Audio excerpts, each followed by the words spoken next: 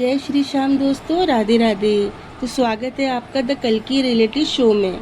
तो दोस्तों, हम समय चक्र को समझने की कोशिश कर रहे हैं ताकि कल्कि भगवान के आगमन का निश्चित समय हमें ज्ञात हो सके। मित्रों, आपको ध्यान होगा पिछले वीडियो में मैंने आपको एक बात बताई थी कि जिस धरती पर हम रह रहे हैं, यह धरती स्वयं अपना संतुलन बनाना जानती है। तो दोस्तों, इसी बारे में मैं आपको विस्तार से समझाऊंगी। आज से पहले की जो सभ्यताएं खुदाई में मिली है, उनसे यह सिद्ध होता है कि कोई भी सभ्यता 2 से 3 हजार वर्षों से ज़्यादा नहीं चली और ज़्यादा से ज़्यादा 4,000 वर्षों तक मानव सभ्यता अपना वजूद बचाने में सक्षम रही है। इन बातों को मैं आपको कुछ उदाहरण देकर समझाती हूँ। दोस्तों, आपने मेसोपोटामिया की सभ्यता के बारे में जरूर सुना होगा। यह दुनिया की सबसे पुरानी ज्ञात सभ्यता मानी जाती है, जो आज के समय में इराक में दजला और फरात नदियों के किनारे हुआ करती थी।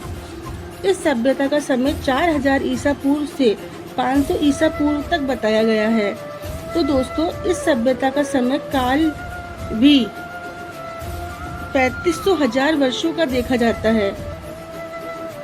इस सभ्यता का अंत दोस्तों धीरे धीरे हुआ था।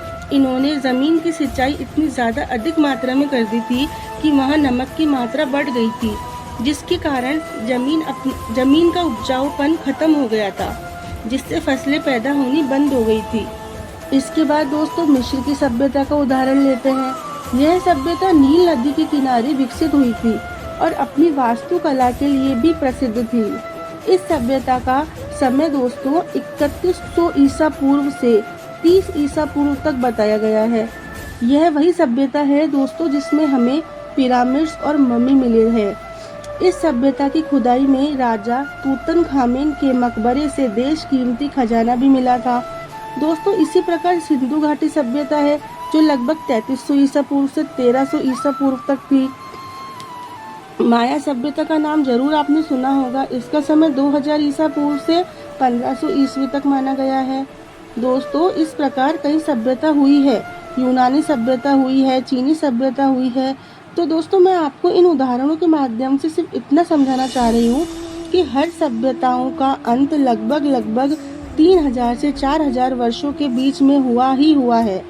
और दोस्तों, अभी हमारा जो समय चल रहा है वो हिंदू धर्म शास्त्र के हिसाब से विक्रम संवत 2083 चल रहा है और कलयुग के हिसाब से देखा जाए तो 5000 वर्षों से ज़्यादा का समय बीत चुका है और इस बीच में ऐसा कोई विनाश हमें देखने को नहीं मिला है। तो दोस्तों, धरती का जो अपना संतुलन बनाने का नियम है, उस समय की तुलना अगर अभी करी जाए तो अभी का समय उस अवधि से काफ़ी आगे निकल चुका है। और दोस्तों, अभी पूरी दुनिया में जो माहौल बना हुआ है वो कहीं ना कहीं उसी विनाश की तरफ संकेत कर रहा है। जब तक फलती फूलती सभ्यता अपने ही अज्ञान और अपनी ही महत्वाकांक्षाओं के कारण खुद को समाप्त कर लेती है और आज हमें वो ही समय दिखाई दे रहा है।